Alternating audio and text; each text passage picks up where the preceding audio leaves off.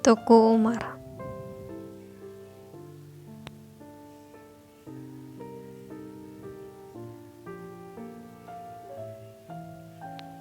Satu. Biografi masa muda.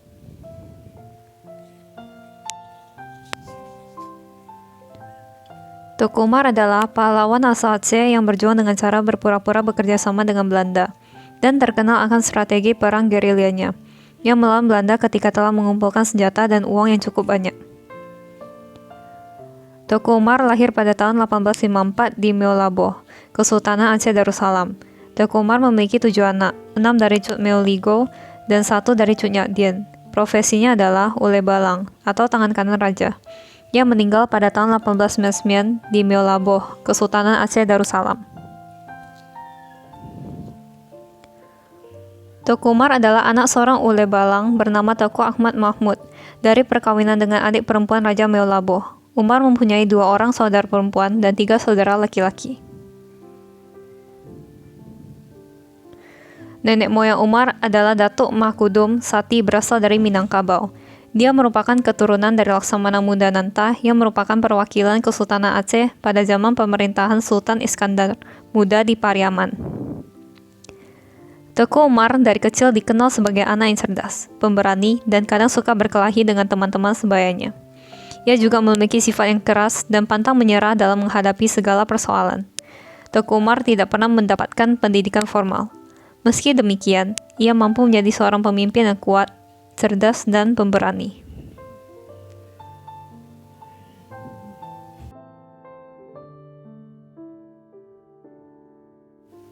Dua. Perang Aceh.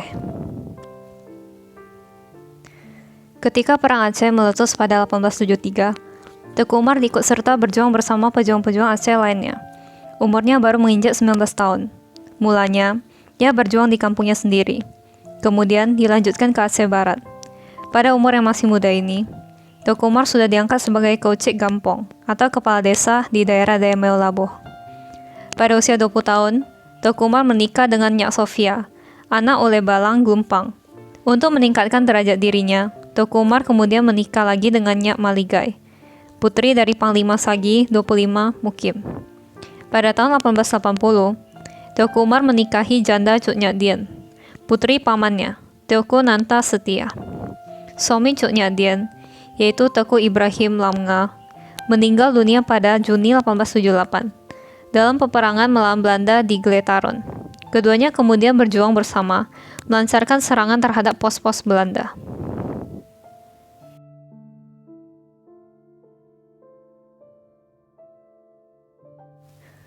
Tiga.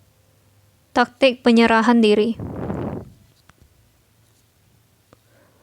Teuku Umar kemudian mencari strategi untuk mendapatkan senjata dari pihak Belanda. Akhirnya, Teuku Umar berpura-pura menjadi antek Belanda. Belanda berdamai dengan pasukan Teuku Umar pada tahun 1883.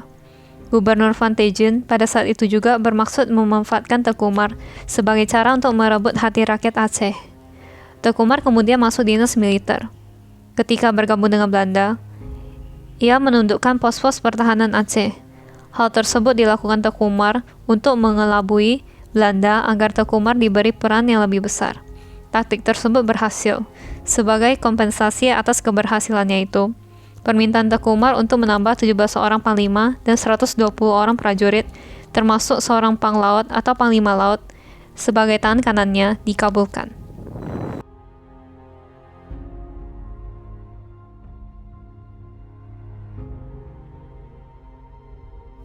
4.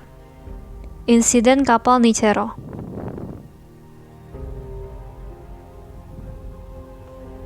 Tahun 1884, kapal Inggris Nichero terdampar. Kapten dan awak kapalnya disandera oleh Raja Theonom. Raja Theonom menuntut tebusan senilai $10.000 tunai. Oleh pemerintah kolonial Belanda, Teuku Umar ditugaskan untuk membebaskan kapal tersebut.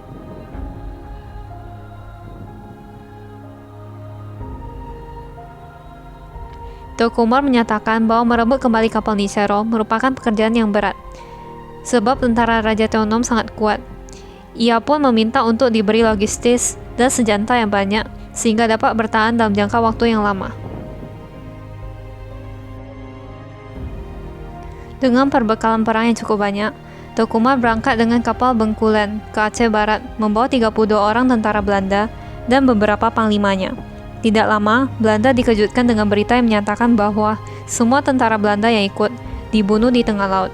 Seluruh senjata dan perlengkapan perang lainnya dirampas. Sejak itu, Teuku Umar kembali memihak pejuang Aceh untuk melawan Belanda.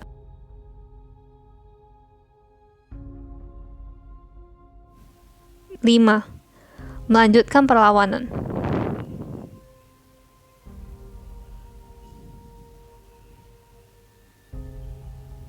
Teuku Umar membagikan senjata hasil rampasan kepada tentara Aceh dan memimpin kembali perlawanan rakyat.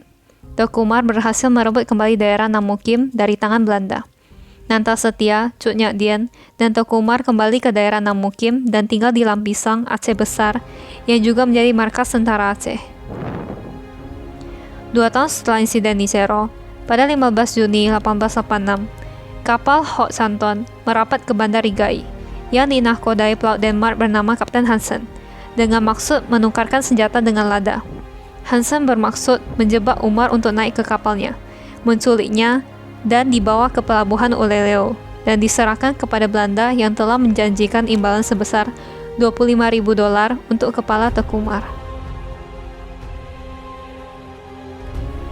Umar curiga dengan syarat yang diajukan Hansen dan mengirim utusan.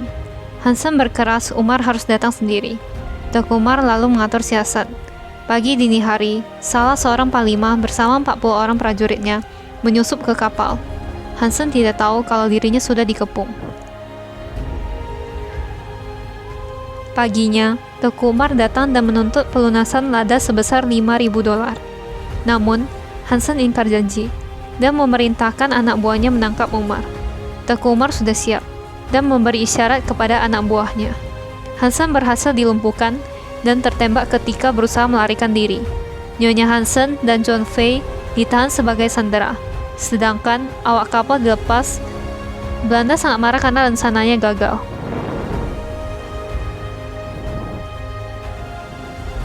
Perang pun berlanjut pada tahun 1891. Tunku Cik Ditiro dan Teuku Panglima Polem 8 Raja Kuala, ayah dari Teuku Panglima Polem 9 Muhammad Daud, gugur dalam pertempuran. Belanda sebenarnya pun sangat kesulitan karena biaya perang terlalu besar dan lama.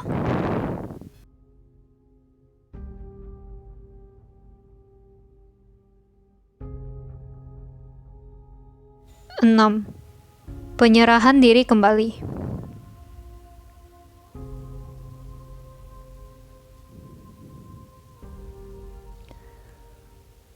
Penyerangan rumah Teuku Umar di Lampisang tahun 1896. Teuku Umar sendiri merasa perang ini sangat menyengsarakan rakyat.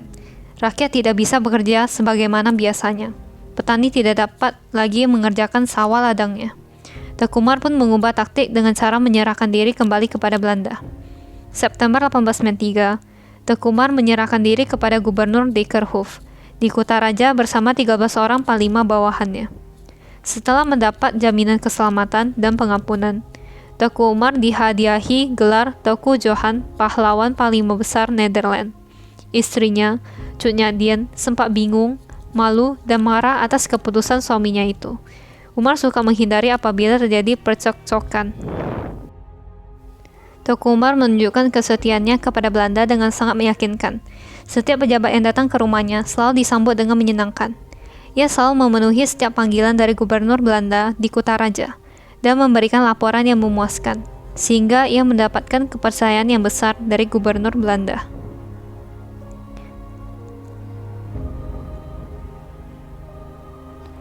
Kepercayaan itu dimanfaatkannya dengan baik demi kepentingan perjuangan rakyat Aceh selanjutnya. Sebagai contoh, dalam peperangan, Teuku Umar hanya melakukan perang pura-pura dan hanya memerangi oleh Balang yang memeras rakyat. Misalnya, Teuku Mat Amin. Pasukannya disebarkan bukan untuk mengejar musuh, melainkan untuk menghubungkan para pemimpin pejuang Aceh dan menyampaikan pesan rahasia.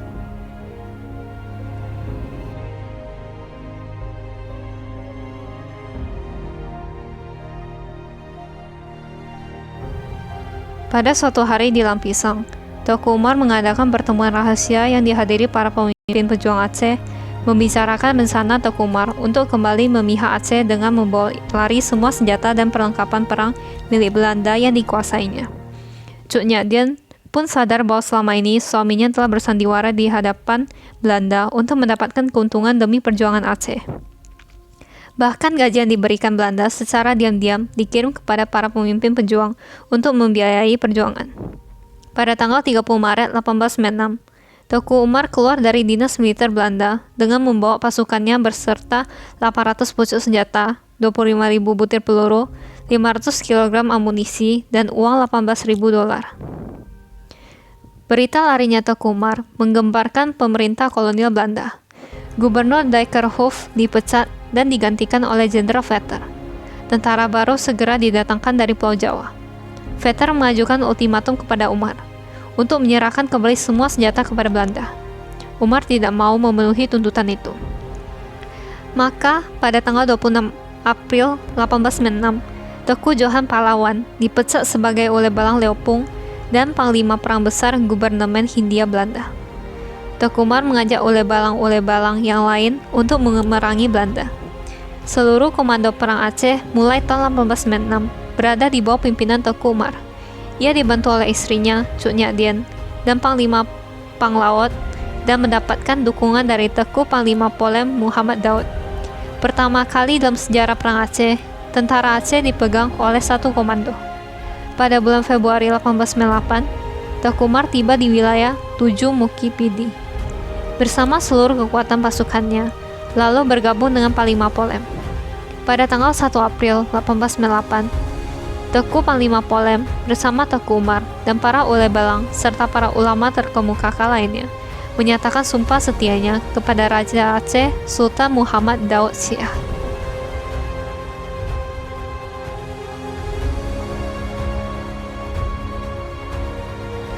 Tujuh.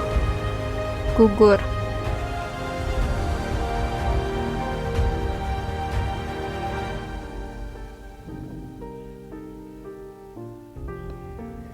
Februari 1899, Jenderal Van Heulst mendapatkan laporan dari mata-matanya mengenai kedatangan Teuku Umar di Meulaboh dan segera menempatkan sejumlah pasukan yang cukup kuat di perbatasan Meulaboh.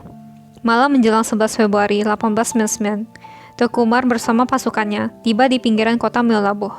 Pasukan Aceh terkejut ketika pasukan Van Heulst mencegat. Posisi pasukan Umar tidak menguntungkan dan tidak mungkin mundur. Satu-satunya jalan untuk menyelamatkan pasukannya adalah bertempur. Dalam pertempuran itu, Teuku Umar gugur terkena peluru musuh yang menembus dadanya. Jenazahnya dimakamkan di Masjid Kampung Mugo di hulu sungai Meulaboh. Mendengar berita kematian suaminya, Cuk Nyak Dien sangat bersedih. Namun, bukan berarti perjuangan telah berakhir. Cuk Nyak Dien bertekad untuk meneruskan perjuangan rakyat Aceh melawan Belanda. Ia pun mengambil alih pimpinan perlawanan pejuang Aceh.